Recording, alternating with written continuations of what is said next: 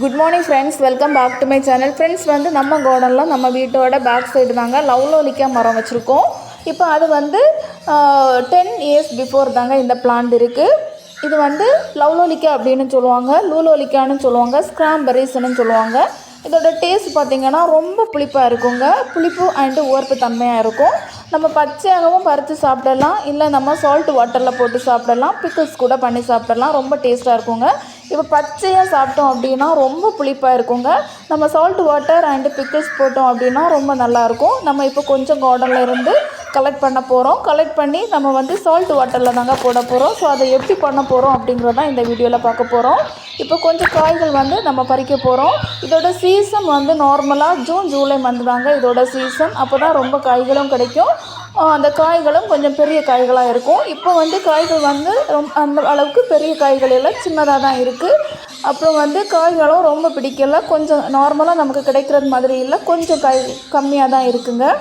இது பச்சையாக இப்படி தாங்க இருக்கும் இந்த காய்கள்.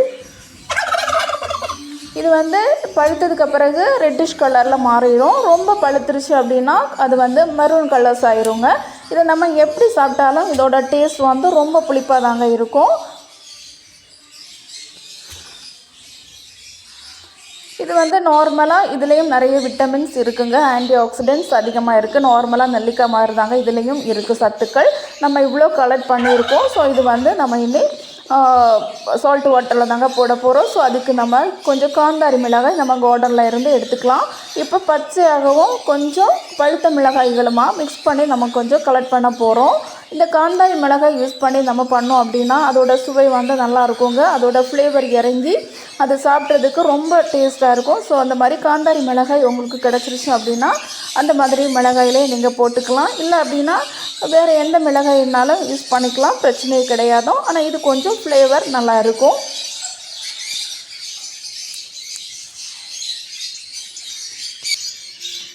இவ்வளோ மிளகாய்கள் கலெக்ட் பண்ணியிருக்கோம்.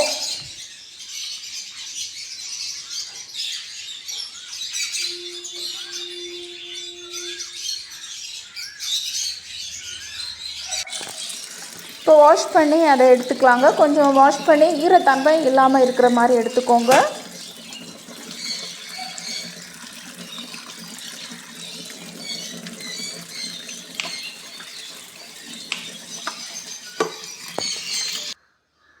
இது நார்மலாக நம்ம சால்ட் வாட்டரில் போடுறதுக்கு இவ்வளோ தாங்க இன்க்ரீடியன்ட்ஸ். லவ்லோலிக்கா எடுத்துருக்கோம், கல் உப்பு எடுத்துருக்கோம், காந்தாரி மிளகாய் எடுத்துருக்கோம், ஒரு ஏர்டைட் கண்டெய்னர்ஸ் எடுத்துருக்கோம், வாட்டர். இப்போ வாட்டர் நார்மலாக நம்ம பச்சை தண்ணியில் தான் போடுவோம். இப்போ நம்ம நல்ல தண்ணியை கொதிக்க வச்சு ஆற வச்சு அந்த தண்ணியை தாங்க எடுத்துருக்கோம். இது இந்த மாதிரி ப்ராசஸிங்கில் நம்ம பண்ணோம் அப்படின்னா இப்போ நார்மலாக இது 1 வீக் தாங்க கெடாமல் இருக்கும். 1 வீக்குக்கு மேலே இருக்கணும் அப்படின்னா நம்ம இந்த மாதிரி தண்ணியை கொதிக்க வச்சு நம்ம அந்த ஆற வச்சு அந்த தண்ணியில் யூஸ் பண்ணோம் அப்படின்னா ஒரு 2 வீக்ஸ் வரைக்கும் கெடாமல் இருக்கும். ஸோ அதுக்காக தான் நம்ம இப்படி பண்ண போகிறோம். ஒரு ஏர்டைட் கண்டெய்னர் எடுத்துக்கோங்க. ஸோ அது இப்போ நான் பிளாஸ்டிக் பாட்டில் தான் எடுத்திருக்கேன். உங்களுக்கு கிளாஸ் பாட்டில் இருந்துச்சுன்னா அது எடுத்துக்கலாம். கிளாஸ் ஜார் கிடச்சிருச்சுன்னா அதுதான் ரொம்பவே பெஸ்ட்டுங்க. இப்போ நான் இது எடுத்திருக்கேன். ஸோ ஃபஸ்ட்டு நம்ம கல் உப்பு போட்டுக்கலாம்.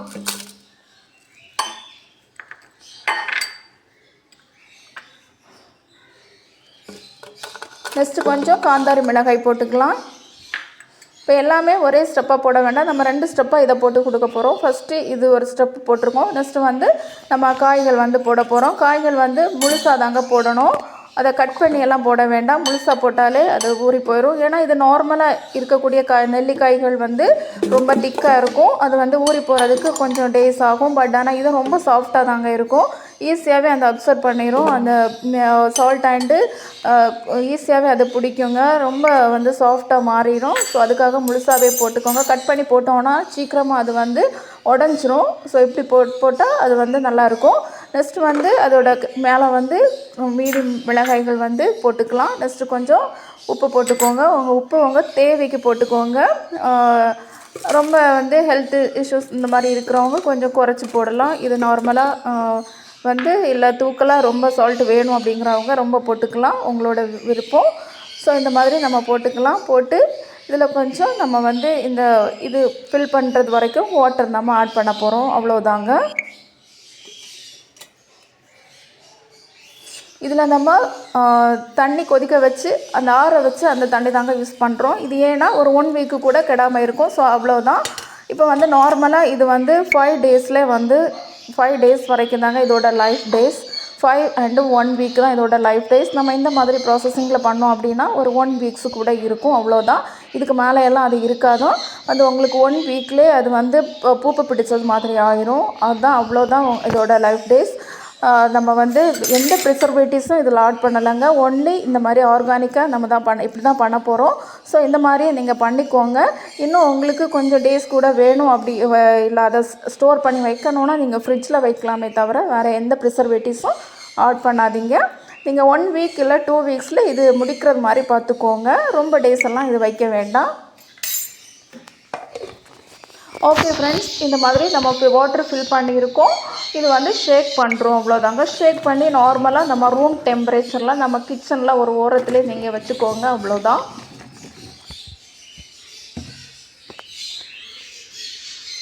இது ஒரு 2 டேஸ்லேயே வந்து செட் ஆயிருங்க. 2 டேஸ்லேயே நீங்கள் வந்து இதை எடுத்து யூஸ் பண்ணிக்கலாம்.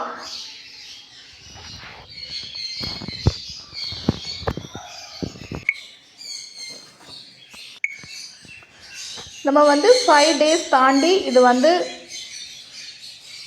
ஓப்பன் பண்ண போகிறோம். ஒரு 5 டேஸ் தாண்டி எப்படி இருக்குது அப்படிங்கிறது பார்ப்போம். 5 டேஸ் தாண்டி நம்ம நல்லா ஊறி போய் அதோட கலர்ஸ் வந்து நல்லா சேஞ்ச் ஆகிருக்கு பாருங்கள். அந்த ரெட்டிஷ் கலர் எல்லாம் இறங்கி இப்படி தாங்க இருக்கும். இது வந்து 5 டேஸ் தான் நம்ம வந்து ஓப்பன் பண்ண போகிறோம்.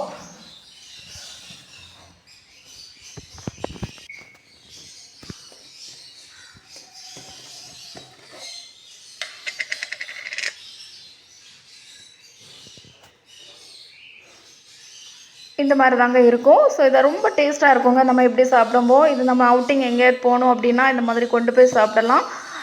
நம்ம வந்து சாதத்துக்கு கூட சாப்பிடலாம், இல்லை பழைய கஞ்சி கூட சாப்பிடலாம்.